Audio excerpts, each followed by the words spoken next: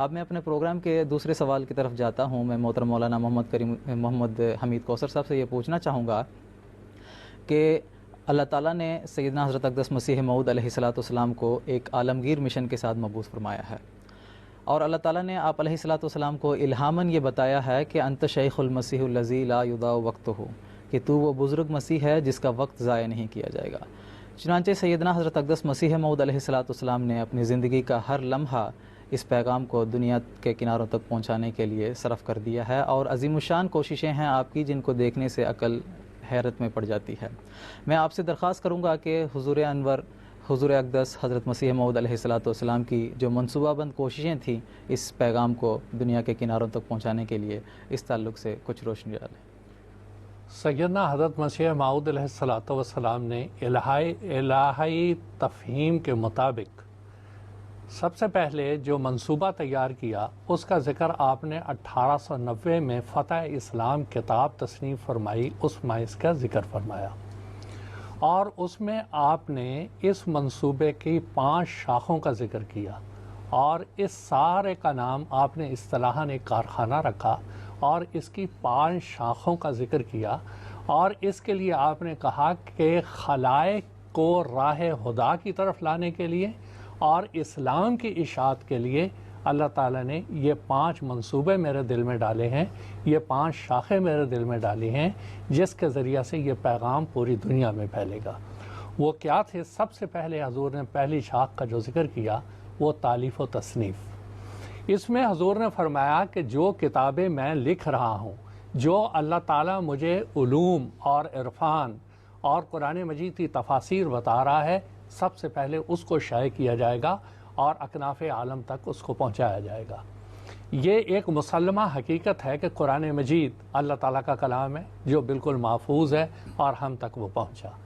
دوسری احادیث رسول صلی اللہ علیہ وسلم ہیں جو قرآن مجید کی مطابقت رکھتی ہیں، وہ حضور صلی اللہ علیہ وسلم کا کلام ہے، ان کا دوسرا مقام ہے. تیسرا مقام ان تالیفات کا ہے، ان کتب کا ہے جن کو سیدنا حضرت مسیح موعود علیہ الصلاۃ والسلام نے آج خود تصنیف فرمایا. تاریخ عالم میں یہ پہلا واقعہ ہے کہ کسی مامور من اللہ نے، کسی نبی نے، کسی مسیح موعود امام مہدی نے خود اپنی قلم سے کتابیں لکھی ہوئی ہوں اور وہ بین ہی محفوظ ہوں اور یہ معارف دنیا کے کونے تک جا رہے ہیں. یہ پہلا موقع ہے، اور یہ حضرت انسان نے فرمایا کہ دنیا کے کونے تک پہنچانے کے لیے یہ سب سے پہلے ذریعہ ہوگا کہ جو میری کتب ہیں وہ دنیا کے کونے تک پہنچیں گی، ان کے تراجم دنیا تک پہنچیں گے. دوسری شاخ جس کا حضور نے ذکر فرمایا وہ ہیں اشتہارات. اشتہارات کے ذریعہ آپ نے اپنا پیغام اور جماعت احمدیہ کا پیغام وہ دنیا کے کونوں تک پہنچایا. 1890 میں فتح اسلام کتاب لکھی، فتح کے معنی اسلام کا غلبہ، اسلام کی فتح. اس کے لیے آپ نے 20,000 اشتہار صرف اس وقت تک شائع کیے تھے جب آپ یہ تحریر فرما رہے تھے 1890 میں. تیسری شاخ جس کا آپ نے اعلان فرمایا وہ آنے اور جانے والے مہمانان کرام تھے. 1890 میں حضرت مسیح موعود علیہ الصلوۃ والسلام فرما رہے تھے اب تک تقریباً 60,000 مہمان ہیں جو آ چکے ہیں، جا چکے ہیں، مجھ سے ملاقات کر چکے ہیں اور میرے عقائد سے واقفیت حاصل کر چکے ہیں.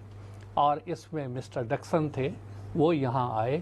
اسی طرح ایک اور تھے مسٹر جارج ٹرنر، وہ یہاں پر آئے اور وہ اپنی لیڈی کے ساتھ یہاں آئے تھے. وہ حضرت مسیح موعود علیہ الصلوۃ والسلام سے ان کی ملاقات ہوئی. ملاقات اس جگہ ہوئی جو مسجد مبارک کے نیچے آج کل دفاتر ہیں، وہاں ملاقات ہوئی. انہوں نے ایک سوال کیا، بہت سے سوالات کیے. اس میں سے ایک سوال حضرت مسیح صاحب سے یہ انہوں نے کیا کہ اس بات کی آپ کی صداقت کی کیا دلیل ہے جو آپ دعویٰ کر رہے ہیں کہ میں مسیح موعود ہوں، اس کی صداقت کیا ہے؟ تو حضرت مسیح صاحب نے جواب میں فرمایا اللہ تعالیٰ نے مجھے بہت سال پہلے یہ خبر دی تھی، یا تبنا من کل فج عمیق یاتی کا من کل فج عمیق، کہ دور دراز سے لوگ تیرے پاس آئیں گے اور آپ اس کی زندہ مثال ہیں کہ امریکہ سے چل کر آپ یہاں میرے پاس آئے ہیں، ایک ایسی غیر معروف بستی میں جس کو کوئی جانتا نہیں. میری ہی وجہ سے آپ آئے ہیں اور اللہ تعالیٰ کا کلام تو آپ خود پورا کر رہے ہیں، جو ایک بہت بڑی صداقت کی دلیل ہے. یہ میری صداقت کی دلائل میں سے ایک دلیل ہے. پھر حضرت مسیح موعود علیہ السلام نے جو چوتھی شاخ جس کا ذکر فرمایا ہے وہ مکتوبات ہیں، یعنی خط و خطابت کا سلسلہ ہے. اور مخالفین یا دوسرے جو اعتراض کرتے تھے یا اپنے بعض استفسارات کرتے تھے، حضرت مسیح موعود علیہ السلام اس کا جواب ارشاد فرماتے تھے. 1890 تک حضرت مسیح السلام فرماتے ہیں 90,000 خطوط مجھے ملے ہیں. 1890 میں حضرت مسیح السلام کی نہ تو کوئی اتنی یہاں جماعت تھی، نہ افراد جماعت آ کر یہاں بسے ہوئے تھے. حضرت مسیح السلام تنہا ان سوالوں کا جوابات دیتے تھے، ان خطوط کے جواب دیتے تھے. اگلی بات جو پانچویں شاخ حضور نے فرمائی وہ جماعت کا قیام اور بیعت. اب بیعت دیکھیں آپ کہ یہ ساری پانچوں باتیں آپ یہ کہہ سکتے ہیں کہ آج سے 120-25 سال پہلے یہ بیان کی جا رہی تھی، مگر ایک ایک اللہ تعالیٰ کے فضل سے وہ کامیاب ہوئی. حضرت مسیح موعود علیہ السلام کی تحریرات نے دنیا میں انقلاب پیدا کیا. حضرت مسیح السلام کے اشتہارات نے دنیا میں انقلاب پیدا کیا.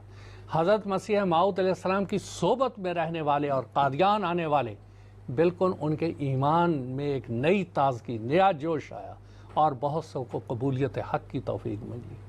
رسائل جس کا حضرت مسیح السلام ذکر فرماتے ہیں ماہانہ 300 سے لے کے 1000 تک مجھے خطوط ملتے ہیں. اللہ تعالیٰ کے فضل سے اس نے انقلاب پیدا کیا. بیعت آج جس وقت عالمی بیعت ہو رہی ہوتی ہے، جب حضرت مسیح موعود علیہ السلام نے 23 مارچ 1889 کو بیعت کا سلسلہ شروع کیا تھا، آج دیکھیں جب حضرت خلیفۃ المسیح خامس نصرہ اللہ نصرا عزیزہ بیعت لیتے ہیں پورے روئے زمین کانپ اٹھتی ہے. اور یہ پہلا موقع ہے تاریخ عالم میں کہ خلیفہ وقت عید اللہ تعالیٰ بن صلی عزیز بیعت لیتے ہیں، اور وہ بیعت جو ہے وہ دنیا کے کونے کونے میں وہ لوگ اس بیعت کے اندر شامل ہوتے ہیں. دوسری بات جو حضرت مسیح السلام نے جو منصوبہ بندی فرمائی وہ ہے علماء، اور اس کے لیے حضرت مسیح السلام نے شاخ دینیات قائم فرمائی کہ مبلغین اس جامعہ میں اس مدرسہ میں تیار ہوں. یہ مولانا برہان الدین صاحب اور مولانا عبد الکریم صاحب رضی اللہ تعالیٰ عنہ جب فوت ہو گئے، اس کے بعد حضور کو یہ خیال آیا کہ یہ ہمیں ایک جامعہ تیار کرنا چاہیے، ایک مدرسہ. اور اس کے بعد اللہ تعالیٰ کے فضل سے یہ جو جامعہ تھا یہ ایک مومنٹ بنا جو سیدنا حضرت مسیح السلام کی تالیفات کو لے کے دنیا کے کناروں تک یہ گیا، اور یہ پیغام پہنچانے میں انہوں نے اہم کردار ادا کیا.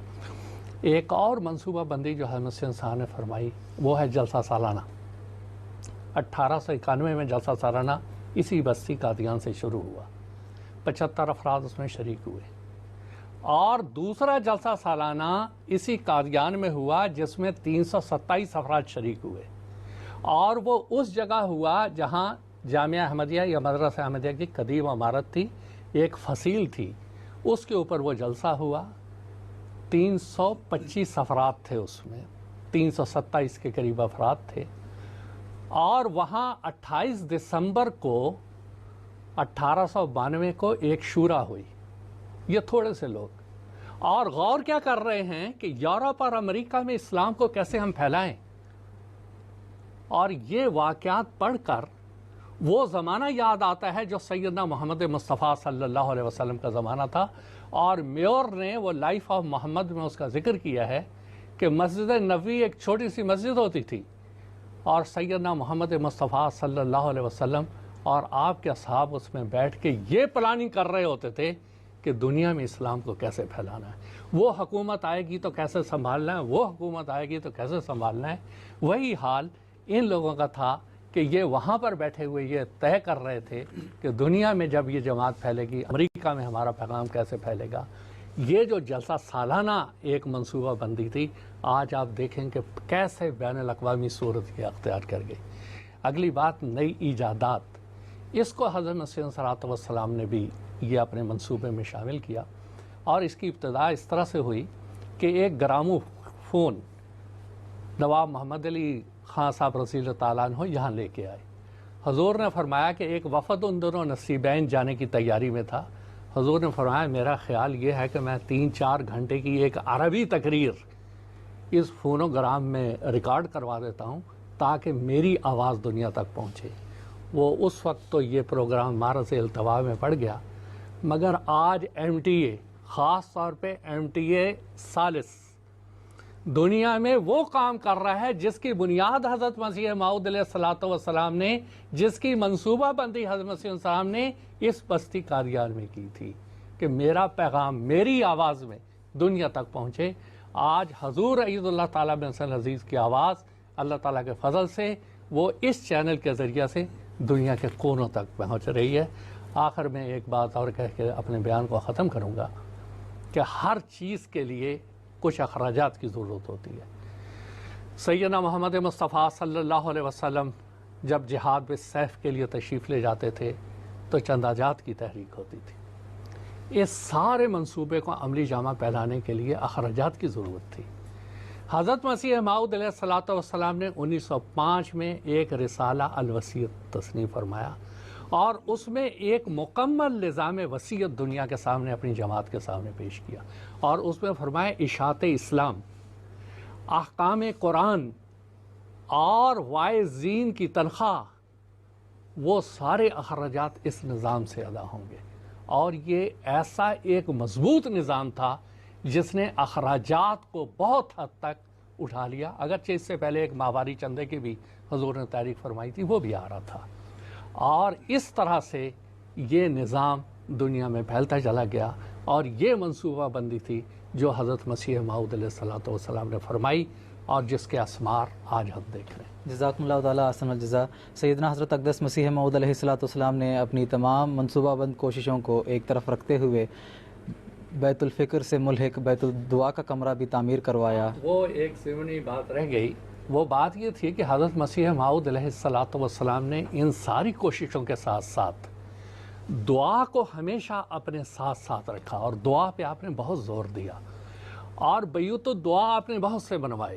پہلے مسجد مبارک میں آپ تخلیے میں دعائیں کرتے رہے، لیکن آپ نے 13 مارچ 1903 میں ایک چھوٹا کمرہ بیت الدعا کے نام سے بنایا جو ابھی تک موجود ہے، اور اس میں حضور نے فرمایا کہ جو تصانیف ہم لکھ رہے ہیں وہ اپنی جگہ پر، تلوار کے جہاد کی اجازت نہیں ہے، اے خدا اس گھر کو تو دلائل نیرہ اور براہین ساتحہ اسلام کے غلبے کے سکھانے کا گھر بنا دے۔